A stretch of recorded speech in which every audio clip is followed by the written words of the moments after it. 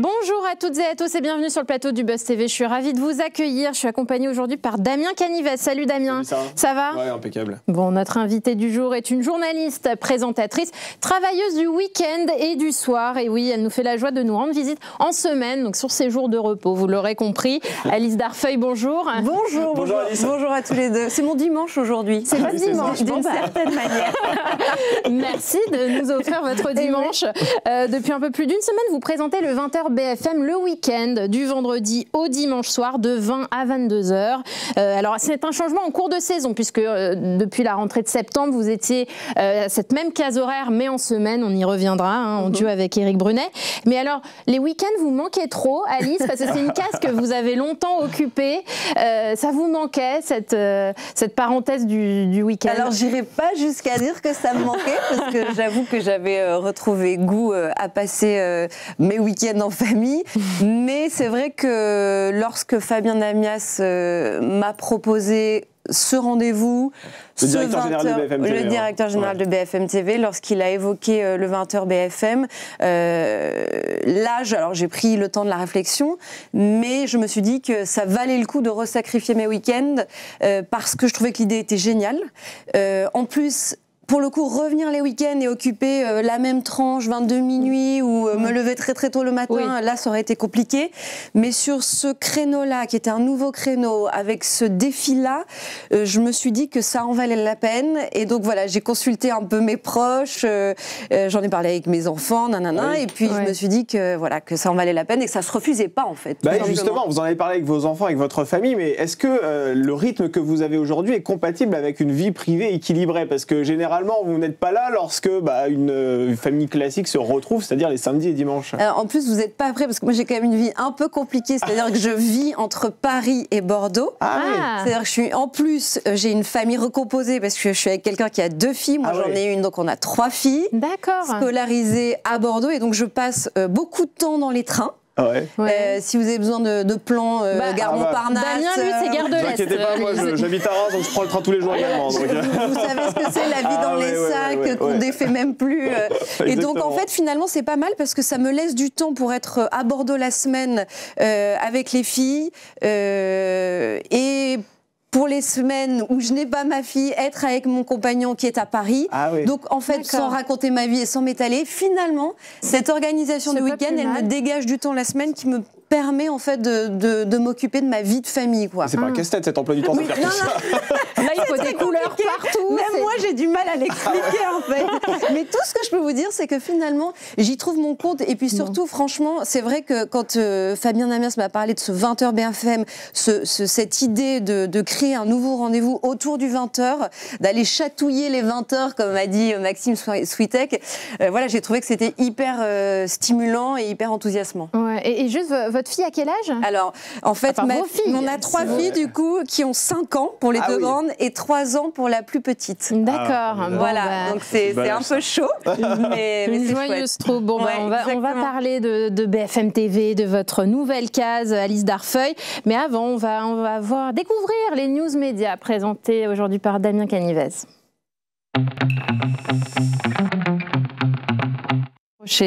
On commence ces infos avec un reportage diffusé. Encore sur mon agenda, vous n'avez rien compris. On veut voir toutes les couleurs dans votre agenda Google. On commence ces infos avec un reportage diffusé sur TF1 qui a fait couler beaucoup d'encre. Ah oui, alors nul doute que vous en avez au moins entendu parler de ce reportage, Alice. Il a été diffusé dimanche dernier dans le magazine 7 à 8 et raconte l'histoire incroyable de cette femme qui s'appelle Anne et qui s'est fait piéger par un faux Brad Pitt. Alors c'est un escroc qui s'est fait passer pour l'acteur américain sur Instagram à l'aide de faux selfies, de documents d'identité falsifiés, notamment à l'aide de l'intelligence artificielle. Je vous passe les détails, mais cette romance totalement fausse, à laquelle Anne croyait dur comme fer, eh bien, lui aura coûté au total 830 000 € et une vague de cyberharcèlement de surcroît sur les réseaux sociaux, car les internautes, toujours dans la bienveillance, n'est-ce pas, ont détourné cette histoire pour la parodier. Même des comptes sérieux tels que celui du Football Club de Toulouse ont repris cette histoire à leur compte pour divertir leur communauté. Alors cette publication a été retirée du compte du TFC voilà, Voilà, et puis en plus, ils se sont excusés pour ce manque d'élégance. Mais face à toutes ces indélicatesses et à ce manque de compassion, eh bien, la société de production Éléphant, qui signe le magazine 7 à 8, a préféré retirer le reportage du replay pour que cette campagne de dénigrement se stoppe. Ouais, bon, alors les réseaux sociaux, parfois un univers impitoyable. Vous y êtes, Alice Darfeuille, sur les réseaux sociaux. Vous lisez tout ce qui se dit sur vous ou pas ? Franchement, oui. J'avoue, je lis assez régulièrement ce qui se dit sur moi. Et alors, évidemment, c'est souvent assez violent, mais je m'en sers aussi pour essayer, parce qu'il y a aussi parfois des remarques sur mon travail, sur ma manière de présenter, sur ma manière d'interviewer les gens, et je trouve que c'est aussi assez utile pour essayer de progresser, de corriger des choses. C'est pas totalement vain. Alors évidemment, parfois il y a des attaques gratuites, grossières, sur les tenues, sur le physique, la coiffure, le jean moulant, voilà. Ça, vous avez déjà eu ça sur les... Oui. Ouais. Alors, par contre, il y a un truc que je fais pas, c'est que sur Instagram, vous savez, on reçoit aussi des messages de gens qu'on ne suit pas. Oui. Donc ça, je ne les ouvre plus. Ah oui, d'accord. Oui, en privé, vous voulez dire ça. Voilà. Pendant un moment, je les ouvrais. Et en fait, je me suis rendu compte que c'était vraiment souvent des messages obscènes et déplacés. Et donc ça, j'arrête. Mais sur X, il y a des commentaires violents, gratuits, mais il y a aussi des commentaires sur mon travail. Et ça, je m'en sers aussi pour écouter les gens qui regardent. Et moi, je fais partie aussi de ces journalistes, non pas que j'aime me voir à l'image, bien au contraire, mais je re-regarde mes émissions. Par exemple, j'ai re-regardé le 20h BFM, le premier de ce premier week-end. Voilà, pour corriger, pour améliorer, soit parce que je parle trop fort, soit parce que je parle trop vite. Je pense que c'est vraiment utile, ça. C'est un exercice compliqué. Mais il faut être, faut aussi être solide et prendre du recul. Mais je pense qu'on peut pas faire totalement abstraction aussi de ce qui se dit sur les réseaux sociaux. Damien, on poursuit avec Valérie Benaïm qui révèle pourquoi elle est moins présente dans les émissions de Cyril Hanouna depuis le début d'année. Oui, la chroniqueuse fait partie des fidèles parmi les fidèles de Cyril Hanouna, puisqu'elle participe à absolument toutes ses émissions. Elle intervient à la fois à la radio sur Europe 1, mais également en fin d'après-midi sur Touche pas à mon poste sur C8 le soir. Et depuis plusieurs jours, Valérie Benaïm, et c'est vrai, avait disparu des écrans radars de la télévision et de la radio. Pourquoi ? À cause d'un problème de santé qui l'avait contrainte à s'éloigner des plateaux, comme elle l'a confié lors de son retour sur les ondes ce lundi 13 janvier. Les médecins lui ont en fait diagnostiqué une maladie à cause de laquelle elle pourrait perdre l'audition. Elle a donc dû subir une intervention. Alors l'intervention s'est bien passée, mais elle doit malgré tout respecter une période de convalescence qui s'est révélée un peu plus longue que prévu. Elle doit s'éloigner notamment des bruits intenses, raison pour laquelle elle est revenue sur Europe 1, mais pas sur C8, parce que sur C8, il y a du public, et forcément ça fait un peu plus de bruit que dans un studio de radio. Exactement. Pas drôle. Non, exactement. Non, ça vous est déjà arrivé de devoir vous absenter pour raison de santé, vous absenter de l'antenne ? Franchement, non. Je touche du bois. Il n'y a pas de bois ici. Non.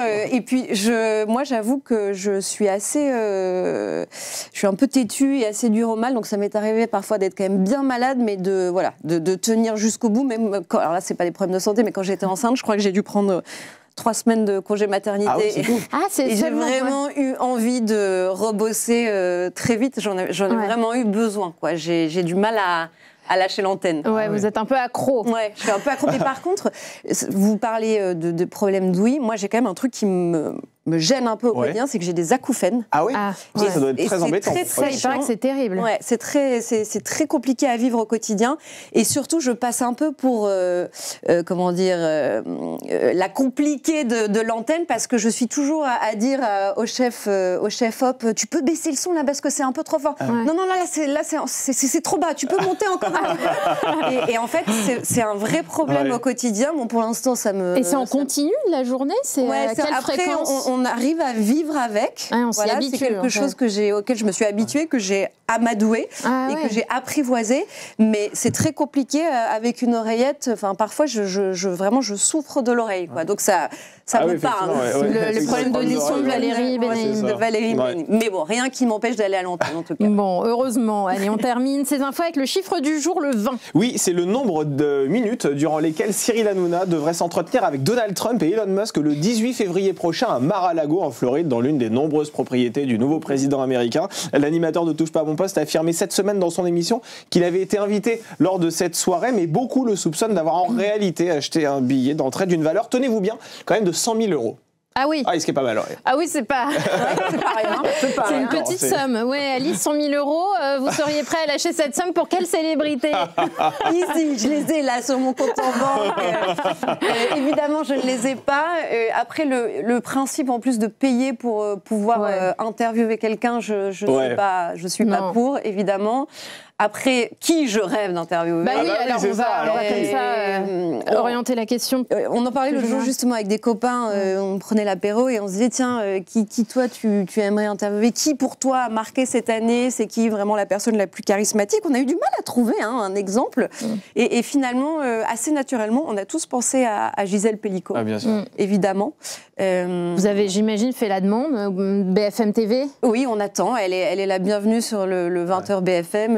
Elle a été très sollicitée. Je pense que tout le monde a besoin aussi d'un petit temps de pause. Mais évidemment, elle vient quand elle veut. J'adorerais l'interviewer. Après, si je devais citer d'autres personnes, au mois de juin, je vais à Cardiff voir Oasis en concert. Oasis,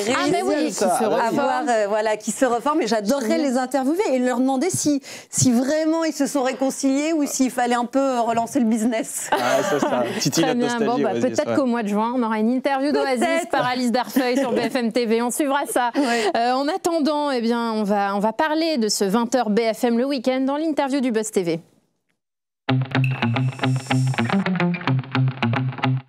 Alice Darfeuille, vous présentez donc chaque week-end le 20h BFM. Bah oui, vous savez, c'est pas facile tous les jours. Heureusement que parfois c'est pas diffusé parce que c'est pendant les jingles, alors ça passe. Donc c'est du vendredi soir jusqu'au dimanche de 20 à 22h, donc un retour aux sources comme on l'a dit en introduction. Alors c'est quoi votre patte, Alice Darfeuille? S'il devait y en avoir une, quel est votre style? Mon style, alors... Déjà, l'idée, c'était évidemment de partir de ce format traditionnel et de lui apporter une touche de modernité grâce à ce que BFM offre. C'est-à-dire, et je pense qu'il ne faut jamais oublier de le rappeler, une force de frappe qui est quand même hallucinante, cette capacité à être sur le terrain en permanence. C'est aussi cette capacité à sortir en premier les informations. Et en fait, moi, ce que j'essaie de faire avec ma patte, c'est d'allier les deux, pour que ça donne un rendez-vous où finalement on a toute l'info qu'on doit avoir, tout en pouvant aussi se permettre d'y ajouter des moments de respiration où on laisse un peu de temps aux experts, plus de temps que dans les 20h traditionnels, parce que forcément, on a cette marge de manœuvre-là. Moi, j'adore aussi, j'ai un peu la bougeotte en plateau. C'est aussi ma marque de fabrique et parfois, ça donne ça crée des problèmes aux équipes techniques, mais j'adore bouger sur le plateau. J'adore me lever, j'adore aller devant le plasma et puis aller me rasseoir et puis me tourner vers une caméra et puis vers une autre. Me suspendre un projecteur. Non, mais je trouve que c'est bien d'être en mouvement. Après, si je devais dire quelle est ma touche à moi, je dirais que j'essaie d'être sérieuse, pugnace et en même temps humaine et comment dire, et chaleureuse. Voilà, qu'on ait envie de m'écouter parce que je suis sérieuse, parce que je donne les bonnes infos, mais qu'en même temps on me regarde et qu'on a envie d'aller boire un coup avec moi à la fin de l'émission. Voilà, j'espère que c'est ça ma touche. En tout cas, c'est ce à quoi j'aspire. En tout cas, côté audience, sur la moyenne des 3 jours de votre premier week-end, 227 000 téléspectateurs étaient au rendez-vous, ce qui représente 1,2% de part d'audience. Vous êtes contente de ces deux chiffres? Oui, on est très contents. Alors évidemment, l'idée c'est de faire de mieux en mieux chaque week-end, mais pour ce premier rendez-vous, on sent quand même qu'il y a un effet curiosité. Et surtout un effet curiosité, c'est ça qui est très positif sur le vendredi, samedi, dimanche. C'est-à-dire qu'il y a une dynamique assez identique sur les 3 soirs, avec des pics d'audience aussi, par exemple le samedi lorsqu'on reçoit Sandrine Rousseau à 20h45, ou encore le dimanche soir grâce aux lignes rouges sur l'Abbé Pierre. Vous savez, c'est le long format qui sont faits par les équipes de Ligne Rouge où on laisse place à l'image, au témoignage. Là, le Ligne Rouge sur l'Abbé Pierre, il nous place devant nos concurrents. Et ça, c'est vraiment, je trouve, une spécificité de ce week-end, cette case 21h, 22h pour les longs formats sur laquelle moi j'ai envie d'insister et miser de plus en plus. Donc moi, on est très content des audiences.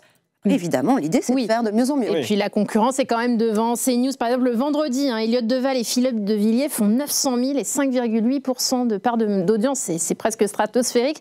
Vous y croyez d'aller les chercher? J'y crois totalement. Je pense que, on tient notre format. 2, je suis très contente de mon équipe, c'est-à-dire que ça, c'est quand même assez génial. Je travaille exactement avec qui j'ai envie de travailler. C'est-à-dire que ceux qui m'accompagnent, que ce soit Olivier Ravenello pour l'International, qui est quelqu'un qu'on avait moins vu ces dernières années et qui réapparaît et qui est vraiment l'un des meilleurs dans son domaine, et Anne-Charlène Bézina, qui est pour moi ultra brillante et en même temps ultra pédagogue. Qui est la constitutionnaliste. Voilà, une constitutionnaliste qui fait la politique et qui, en fait, quand même, est souvent sur BFM, mais pas trop, qui sait saupoudrer ces informations. Je trouve que l'équipe est top. Ça, plus les lignes rouges, plus ma touche à moi, je suis sûre qu'on tient quelque chose. Ouais, et non seulement on peut aller chatouiller Elliott Deval, mais le but, c'est aussi d'aller chatouiller les 20h traditionnels. Il y a 8 millions de personnes qui les regardent. Je suis sûre qu'il y a des gens qui seront charmés par ce nouveau format du 20h sur BFM. Alors Sarah l'a rappelé tout à l'heure, fin août, vous étiez en semaine sur la même case horaire mais avec Éric Brunet et il paraît que vous avez demandé à ne plus présenter l'émission avec lui.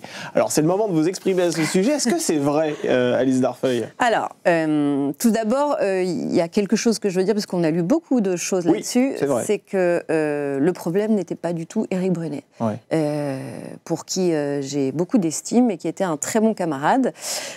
Le problème est plus... Alors oui, j'ai demandé à sortir de l'émission, mais ça n'a rien à voir avec Éric Brunet, mais plus à la manière dont cette émission finalement a été pensée et a été construite et ce qu'on a demandé à Éric Brunet de faire. C'est-à-dire que on a demandé, on est parti du principe que quelqu'un d'autre qu'Éric, moi en l'occurrence, pouvait préparer cette émission, qu'en fait l'émission reposerait sur moi alors qu'elle était censée reposer sur Éric. En fait, on a considéré qu'on pouvait faire reposer une émission de 2h à 20h en prime sur quelqu'un qui n'avait absolument pas le temps de la préparer, de l'imaginer, de la penser, en l'occurrence Éric, parce que son emploi du temps à RTL ne lui permettait pas, ça faisait quand même beaucoup, tout en demandant à quelqu'un d'autre, donc moi, de préparer cette émission, de l'organiser avec l'équipe qui était autour de moi, sans que j'ai finalement la latitude à l'antenne qui était... Vous aviez un peu l'impression d'être l'assistante d'Éric Brunet dans cette aventure. Je dirais pas l'assistante, mais je dirais qu'en tout cas, je n'avais pas la latitude à l'antenne qui était à la hauteur du travail que je fournissais.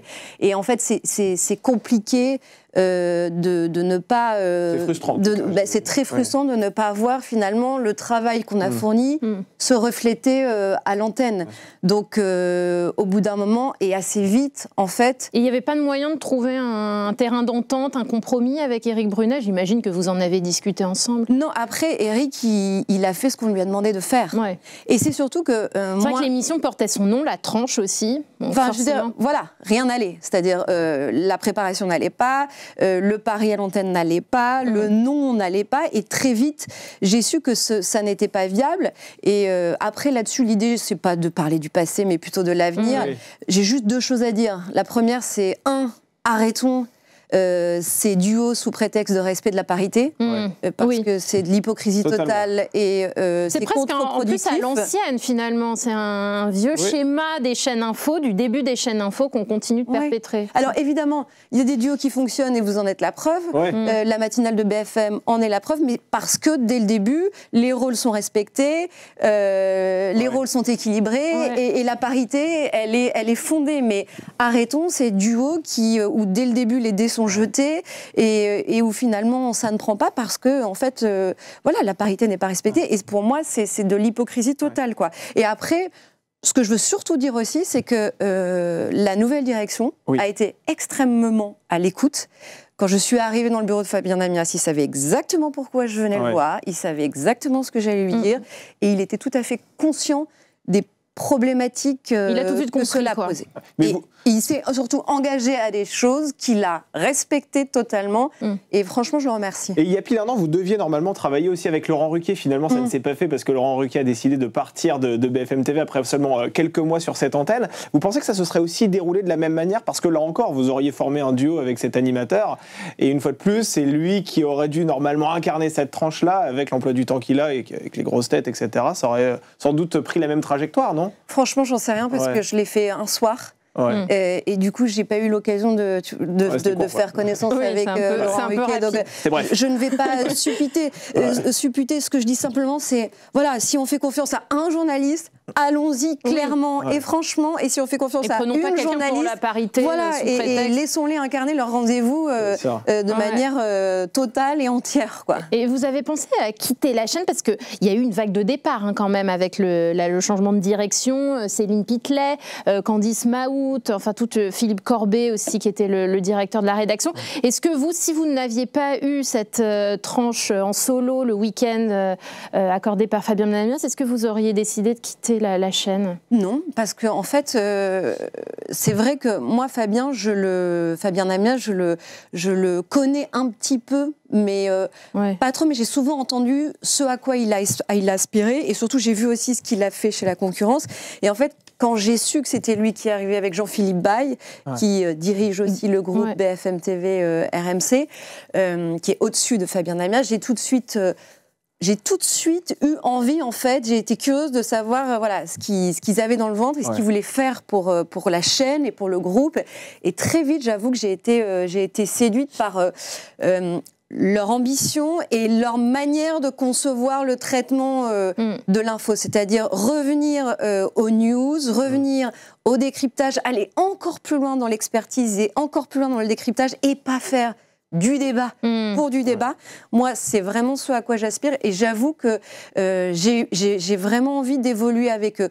Donc, si j'avais pas eu le 20h BFM, je ne sais pas comment j'aurais réagi. En tout cas, je l'ai eu. Donc, voilà, la question ne se pose pas. Et quand vous dites revenir à l'information, ça veut dire aussi proposer des reportages, donc aller sur le terrain. Et la semaine dernière, 2 journalistes de BFM TV ont été agressés à Évreux. On voulait demander de leurs nouvelles. Est-ce qu'ils vont bien aujourd'hui ? Oui.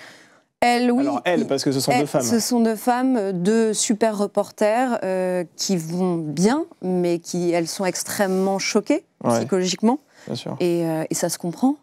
Enfin, franchement, pour l'instant, je crois qu'elles prennent un peu de repos et elles reviendront très vite travailler avec nous. En plus, ce sont des super journalistes, mais elles sont choquées.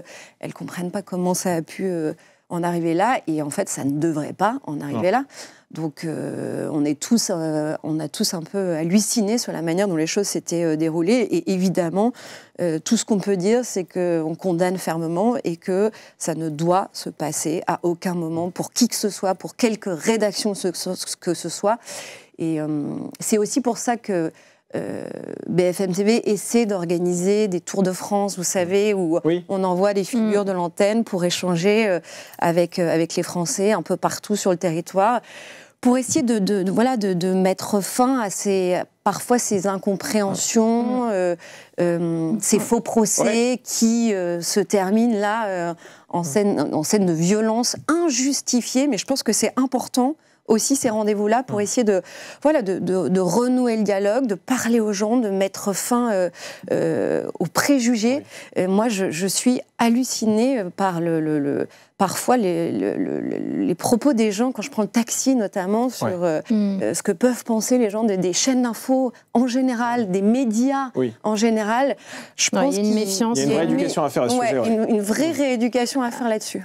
Et alors, je voulais qu'on parle un peu de vous pour finir, parce que c'est la première fois qu'on vous reçoit sur ce plateau, Alice Darfeuille. Alors, vous avez fait quasiment votre carrière en chaîne info, principalement. Vous avez débuté sur iTélé, avant que ça ne devienne CNews, et puis BFM TV depuis 2018. Alors, il y a eu du Canal+ au milieu, Europe 1. Comment elle est née, cette passion pour ce métier ? Elle est née, en fait, j'ai vraiment, et je vous jure que c'est vrai, j'ai vraiment toujours voulu faire ça. Toujours. C'est une vocation. C'est vraiment... Alors, à la base, j'avais plutôt envie de faire du terrain. De manière très opportuniste, parce que je voulais voyager. Ah oui, d'accord. Gratuitement, quoi. En note de frais. Bravo. J'étais ultra admirative. J'avais envie de... C'est vrai que quand j'étais plus jeune, dès que j'avais un peu d'argent de poche ou que je bossais l'été, que je me faisais un peu d'argent, je partais en voyage. J'ai toujours eu cette passion du voyage. Et du coup, je me suis dit, OK, je veux être journaliste, j'ai envie de voyager. Je pense que j'ai un peu fantasmé et sublimé aussi le métier de grand reporter. Après, je suis arrivée dans des rédactions. La première, effectivement, vous l'avez dit, c'est iTélé. Et j'ai bien compris qu'avant d'être grand reporter, il fallait quand même passer par 2-3 étapes. Et finalement, j'ai fait plein de choses. J'ai vraiment commencé en bas du bas de l'échelle. Et un jour, l'opportunité s'est présentée parce qu'il neigeait et qu'il y avait des bouchons partout en France. Et à l'époque, c'était Olivier Ravanello, d'ailleurs, qui dirigeait la rédaction. Vous avez démarré avec lui. Qui m'a dit, tu sais quoi ? tu vas aller te faire maquiller, tu vas te faire coiffer un peu là, parce que là ça va pas, et tu vas nous faire un point trafic sur ce qui se passe aux alentours de l'Île-de-France, parce que c'est le bordel partout, il y a de la neige, la circulation c'est la cata, et en fait ça a commencé comme ça. Et c'est votre première télé. Oui, et ça a été un déclic. À ce moment-là, vous avez dit pas le terrain, le plateau, quoi. Et vous étiez stressé ou pas? Hyper stressée. Vous vous souvenez de cette angoisse? Moi, je suis toujours un peu stressée. J'ai toujours un peu le trac. Alors, surtout quand je fais des nouveaux rendez-vous, par exemple, quand j'ai fait le forum BFM TV, là, il n'y a pas si longtemps, avec le public, le gros plateau, franchement, j'étais un peu stressée. Et là, par exemple, quand j'arrive sur une émission que j'ai jamais faite, être avec vous, j'avais un peu le trac, quoi. Ah, mais ça s'est bien passé quand même. On va voir, franchement. Ça y est, c'est fini. Je vais rendre l'antenne. Merci Alice Darpel. Merci beaucoup, Alice. Je rappelle qu'on vous retrouve donc chaque week-end sur BFM TV dans le 20h BFM du vendredi au dimanche. Et puis vous êtes également Joker de Maxime Sweet-Tech, faut le rappeler, la semaine. Il n'est pas prêt de prendre des vacances. Bon, pas encore pour tout de suite, mais enfin on surveillera. Merci Damien. Merci, et le Buzz TV revient dès demain. Merci. Très bonne soirée et à demain.